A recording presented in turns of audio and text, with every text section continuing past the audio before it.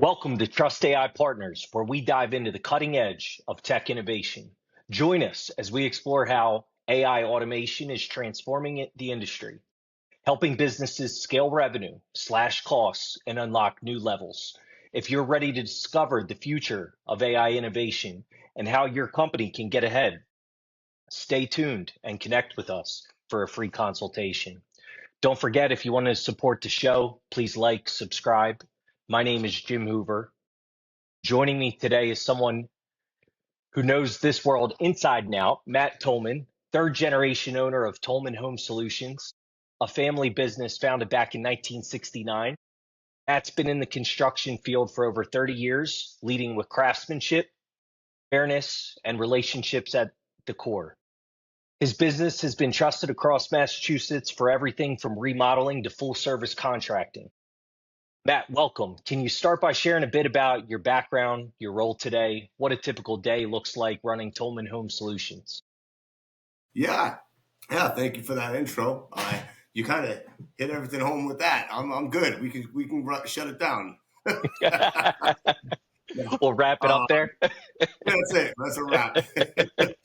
No, so my typical background, I'm just, like you said, third generation. A typical day in the company is controlled chaos is what I like to call construction. It's it's always something unexpected, but if you plan properly, you can take it with ease. I'm sorry, I joked and I kind of forgot the second part of that question. No, that's okay. Let's focus in on your typical day to day. What's sucking up most of the time in your day? What is the biggest? What's the thing that occupies your time that you would prefer not to do, but it's nature of the beast and you have to do? And what do you enjoy doing the most? Yeah, so that makes it easier. So what do I occupies majority of my day is just meetings with accountants and the administrative staff and lawyers and things like that. I feel like that is what my day to day life is right now. Mm-hmm. When I wish it was more. Going out meeting new clients or popping in on the jobs and walking around with the guys and what I even working the jobs like I used to do that I enjoy those things. Management and spreadsheets and doing numbers to cost track your jobs and things like Mm-hmm. that. And it's not fun. Yeah, got it. And thinking back over the years, how have client expectations changed in terms of how contractors communicate and engage? How have client expectations changed? Well, I'd say that, and I don't know if I see it so much from the client. Well, perhaps I do now that I'm thinking about it, but communication is a big thing with Mm-hmm. clients. In the world where Amazon will have what you want at your doorstep the next day, they want answers, they want resolutions, and they want them on a Sunday night at 9, 10 o'clock at Mm-hmm. night, Mm-hmm. So to have a good CRM in place is really important where you can provide that to them. I think that's one thing I always strive to do better on. And I think we do pretty damn good, to be honest. But I feel like there's always room for improvement with communication with clients and with the crews as well. And what CRM are you using? So right now we're using this one called House Call Pro. We've been using it for a couple of years now. It's great, but it's pricey. And the newer ones that are dropping out like right now, and I'm not getting paid to advertise for these people, but Mm-hmm. like Job Tread and there's another one Drip Job. Those two ones that are dropping out, they do everything that House Call Pro does and more for literally less than a third of the cost. And Mm-hmm. and I don't want to bash House Call Pro because the reason I stay with them is I write an estimate in under a minute while I'm on a phone with a client for them. And I can't do that with those other services because of there's a learning curve when you switch CRMs. You got to set it up, learn it all. It's all new, and maybe I'm like my old man that way where I don't want to convert to anything new. Yeah, I get it. There's definitely some growing pains involved there. Uh, Matt, can you give us a sense of the size and scale of your business today? How has your team grown over the years? Where are you at now in terms of employees and active projects? Yeah, that's a great question. Jim, that's actually a great story too. Last year, we were at 20 best. Tell everyone, last year was best year and worst year the company ever seen. We were at 22 employees. We did 3.2 million in sales revenue. We had, I think, there were 5 trucks on the road, and at one point 49 open projects we had going on it, and that didn't include the subcontractors. The 22 employees didn't include the subcontractors that were working for us. So it was great. And we had a full project management team. We had operations management. I mean, it was really awesome. It was like Grand Central Station in the office every day, and I was excited to see this thing that I took from nothing to that. But I was also ego driven. And because of that, there were a lot of red flags that I didn't catch, and I thought they'd be managed and they weren't. So now we've downsized significantly, reverted back to square one. And we have one crew. So now we have about 5 employees, including administrative staff. We have one crew out there, and that's it. I'm starting over, and this time, what I've learned from that is when you make growth moves, you do them strategically. You don't just, me being I don't know if you know the DISC scale, me being a high D personality type, I just run through walls and I'm going to the next level as fast as I can, and you got to plan. You have to plan before you take those big steps. What was it that caused that situation to get out of control? I think the bottom line is I was an absent manager. That's the bottom line. The buck stops and starts with me. I'm the owner. But if I had to say, I had a lot of trust in a lot of people that were put in positions to manage the finances of the company and the jobs. And they were supposed to work very closely together. And that's where I should have been involved to make sure that was happening. And it wasn't. And, it just spiraled out of control. And by the time I saw the writing on the wall, it was already what was done. And now it was, it was more reactive to fix the problems than proactive. And so at this point, it sounds like you're in a rebuilding phase. Yeah, yep, exactly. We actually just started that last month. This all happened back last September. Oh yeah, well, it's not September yet. I keep thinking it is. Yeah. A couple days. Yeah, so that all happened last September, and I'll tell you, it took a lot for me to be able to say, you know what? I think I'm ready to do this again. I think I can trust people again. It did a mental drain on me, to be able to hire someone else again. We actually just started last month. There was a couple of guys stayed with me through it all, and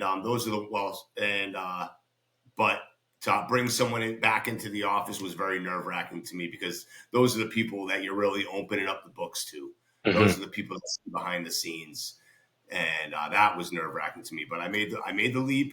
And now I'm like, you know what? Here we go. It's time to do this thing again. Yeah. Yeah. Well, you got to start somewhere, right? So, no time like the present. And what are you projected to do revenue wise for this year? This year, as it looks, I'll be shocked if we break $1 million. It's crazy to see, because I tracked everything last year, and then this year it sales, the lead flow has dropped about around 80% at monthly, on a month to month basis, and so that blows my mind, um, because I know I contributed to a lot of things. Um, one being the fact that I'm sure, as I found out things that were going on in the company, I'm sure the name got damaged, right? Mm-hmm. We had a really good household name at the time, so I'm sure that affected it. Then there's immediately I made $20,000 a month in cuts in marketing. We Mm-hmm. do no paid marketing at this point. It's all social media, um, you know, uh, like updating our Google account to boost the SEO, things like that. Mm-hmm. Which actually next week we're making a leap to start paid advertising again, because I can't. This lead flow is killing me. And then also, and I'm not one to drink from the economy cup. I think you're responsible for where everything in your business is, but I'm also part of a group called the Contractor Fight, and we all meet every day, and everybody in the fight saying the same thing, that lead flow is down, and we're Mm-hmm. kind of attributing it to this is the old normal before COVID. Mm-hmm. Yeah. 2021 hit, everyone got their money, and construction skyrocketed, Mm-hmm.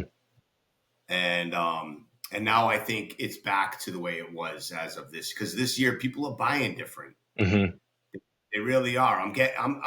Even when I'm getting on the call, like, I'm selling littler jobs, but the bigger jobs, the big builds, the big additions, they're very hesitant. It's not like a one call deal anymore. It's more like a couple weeks go, a couple base touches here and there before they pull the trigger. Are you doing all residential, or is there any commercial? It's mostly residential. We do maybe one commercial, maybe one or two commercial jobs a year. Okay. Have you thought about trying to scale that up? At one point, yeah, but I talked to a couple of guys, and it's you should have a niche, right? I Mm-hmm. mean, you should. I'm not going to ask a guy that specializes in baking cakes to cook me a burger. He bakes cakes, so it's like I want to specialize in residential kitchens, bathrooms, and builds. I Mm-hmm. don't, I'll take on the commercial job to fill the seats on the plane, but Mm-hmm. I really don't want to convert into that world and just commit to that. I do enjoy the residential. Yeah. And as far as you mentioned you're going to restart the ad spend. Which lead generation services are you going to focus on? Well, that's the conversation that we started having last week, and I'm going to sit with my administrator, and I like to bounce things off people before I make before we make a decision and make sure everyone's on board. So we'll sit down. We have a meeting tomorrow. We discussed ANGs. I'm not a fan of ANGs or services like that. They give you the leads, but the ROI isn't there. But it's good for just, hey, get the leads in, and Yeah. maybe fill the planes on the seats on the plane. But I'm thinking more Google ads or Google certified, Yeah. something like that. We did that last year, and man, the leads were pouring in. It really, Yeah. really worked. You Have you know, done an SEO audit to see where your website traffic's coming from? no, I don't believe I have. I mean, I have a management company. Haibu manages our website, and I get updates every month. Hmm. But I don't What, know if that's the same thing that you're talking about. what did you say the name of that company was? Haibu, Fiverr. HIBU. Okay.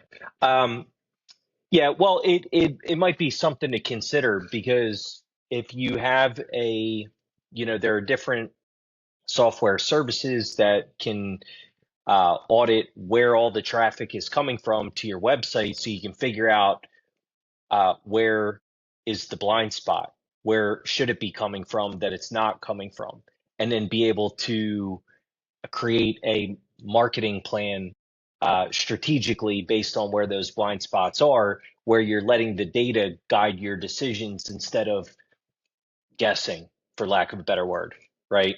So Mhm. it might be something to consider and talk to your team about.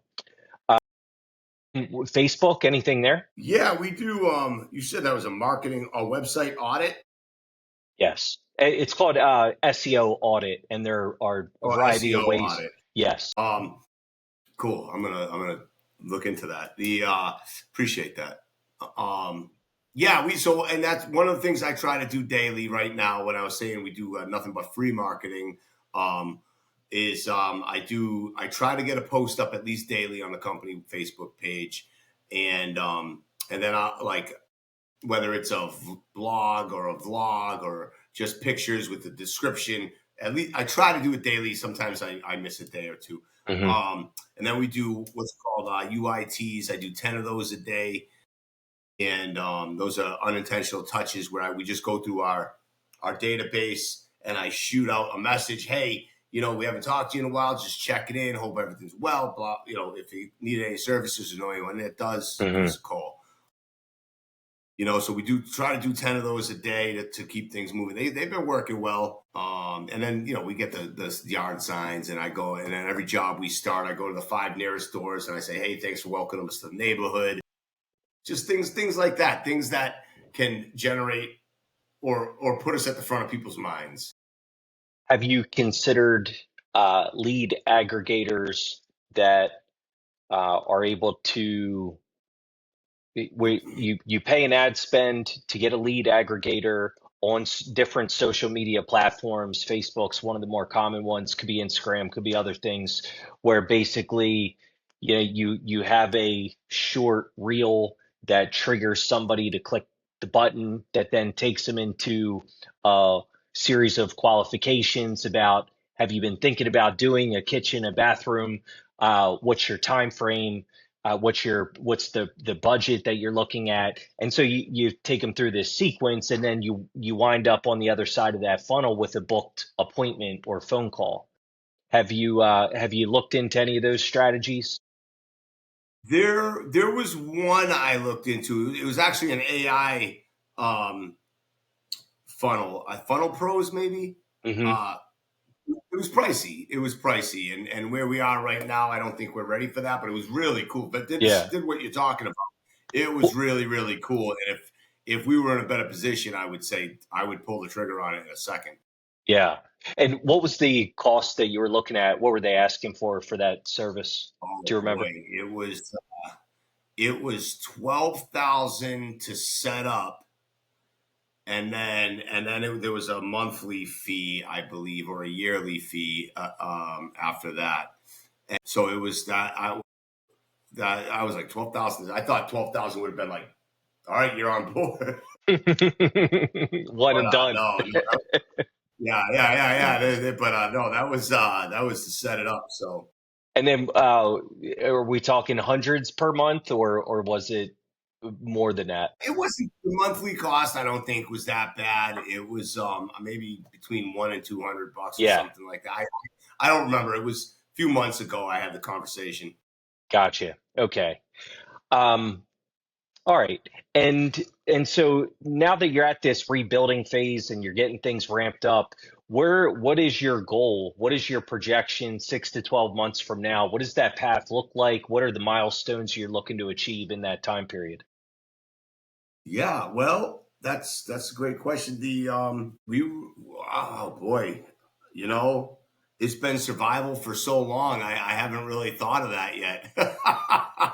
But I would say if I had to put and I do track that stuff with quarterly goals and stuff, and what really threw me off with my goals this year was I haven't been hitting them with the lead generation, so the sales revenue is down so low, and it's really, I'll be honest. After my last quarter's check in on my goals, I was like, dude, I was ready to throw in the towel. We're just gonna float through the rest of the year. No, no, no.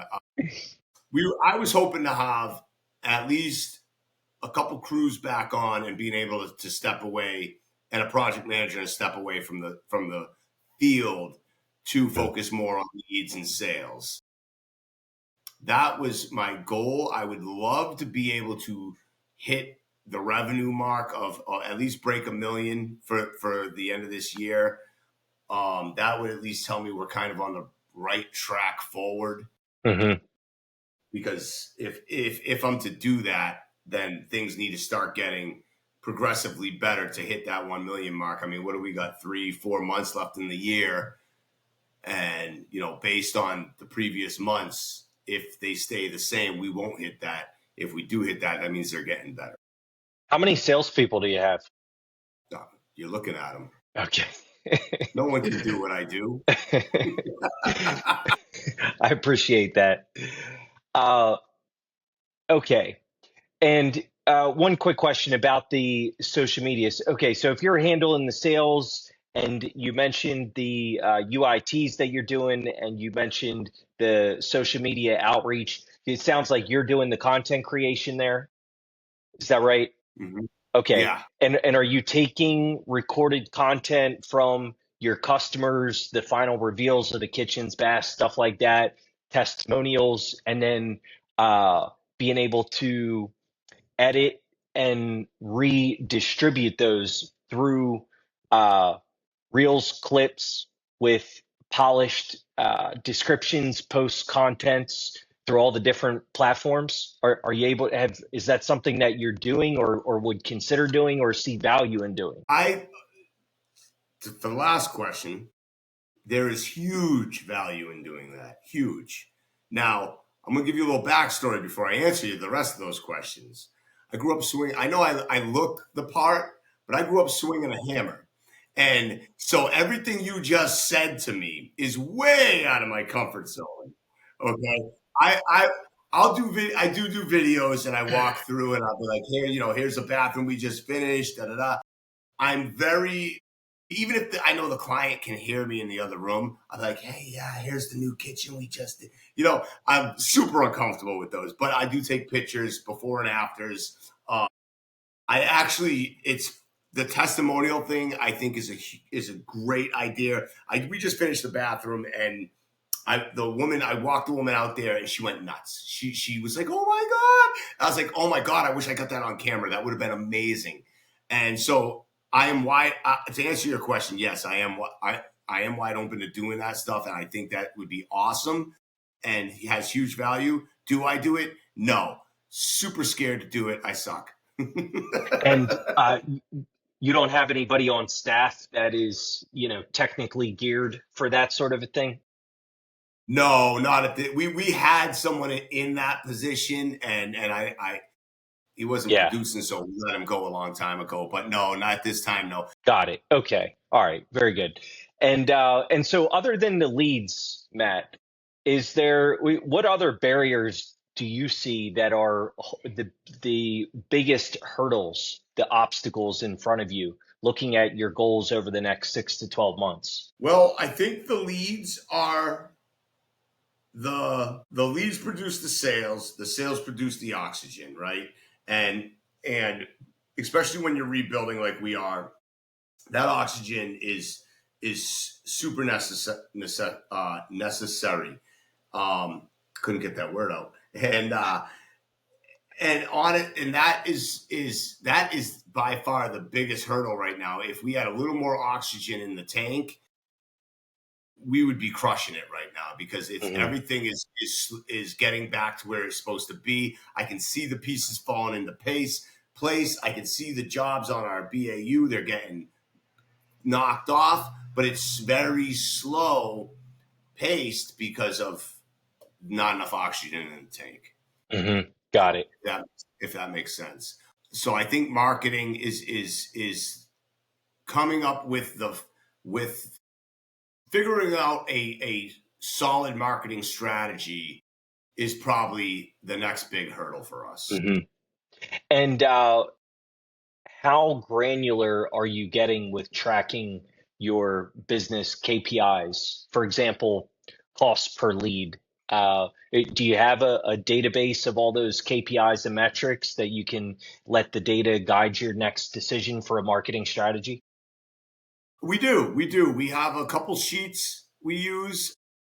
I have one sheet where it tracks the leads per month, where the lead came from, whether it was a UIT, Google, repeat customer, and then I have whether it's sold, not sold, ghosted me, whatever, or a follow-up call needed. And then that will tell me what the ROI is on each one of those, and then we also have there again. There's a few different sheets we use. I'm trying to think of the second one, which is really we have a marketing spend budget sheet, which is really cool. We just started using that. That one's really, really cool, and it calculates how much it takes, what you're bringing in, tells you how you set your budget. It tells you, how much each you put in, how much each thing costs per month, and it will let you know where you are in your budget and if you can up it or whatever. And so what is your monthly marketing budget right now? So right now you're asking me, this is why I have sheets. No, but I think I have it open here. Profit goal, marketing budget, first one there, boom.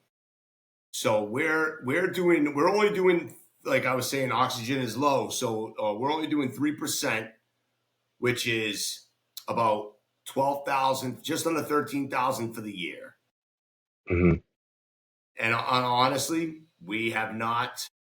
There's only one thing we're paying for right now, and that's the website, $350 a month. So there's a lot of room to start. This is what after I did this sheet, I was like, all right, we got some wiggle room here. I mean, I think they say the bigger companies market 10% or something yearly, and we're at 3%. I think that should be an accept. If we can't do that, then I'm gonna go flip burgers at McDonald's. 10 to 15% is about the typical range. Okay. Okay.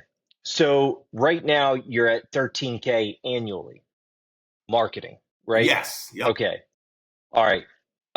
And you know that you're going to have to scale that up to get the lead generation to pick up going forward. That's something that sounds like you're prepared to do. How many leads are coming in per month now? We're averaging about 20 leads a month. And now that 13K, we haven't touched it. That's just what we said. This is what we got. But we're not using any of that right now. Okay. Yeah, that's unspent. Got it. And you're averaging 20 leads a month over the past few months. Okay. And what's your closing rate on those 20 leads? 30% average. 30%. And those 20 leads are coming mostly from which source? Let me tell you what this month looked like. So we had mostly right now it's coming from repeat customers and then Google UITs and word of mouth are pretty even keel. And then there's there's one social media on there. Mm-hmm. Got it. Last month there were 2 social medias. Yeah. Last month was heavy on Google and repeat customers. Got it. Yeah. Okay. But then the month before was mostly repeat customers. So it's a lot of, and when I mark them repeat customers, a lot of those are, we're on the job already and there's additional work added to the project. Got it. Okay. Very good. Are there any specific things that you want to highlight for the audience out there, things that you want to get out there that haven't come up in the conversation so far? No, you got the helm, my friend. You let me. Okay. I mean, I'll talk all day if you be careful. No, I appreciate it. Listen, Matt, it's been a valuable conversation. Thank you for giving us a peek inside your business, your goals, and what it really looks like for contractors navigating technology through the business world today. For our listeners, if today's episode struck a chord and you're wondering how to finally move on from outdated systems and broken processes, let's talk. AI-powered automation is here, and the cost of waiting is too high. Reach out to Trust AI Partners for a free consultation. We'd love to help. That's it for today. Join us next time as we continue to uncover how AI is reshaping industries from the ground up. I'm Jim Hoover, And you've been listening to Trust AI Partners. Matt, before we let you go, give the audience a quick handoff where to find you if you're looking for kitchens, bathrooms, your website, your social media profiles. Where can people find you? Yeah, so we're in Massachusetts, Central Mass. You can find us at our website at Tolman.pro. That's TOLMAN.pro. And we're on Facebook as well. All right, that's it for today. Cheers. See you on the next one. Thanks.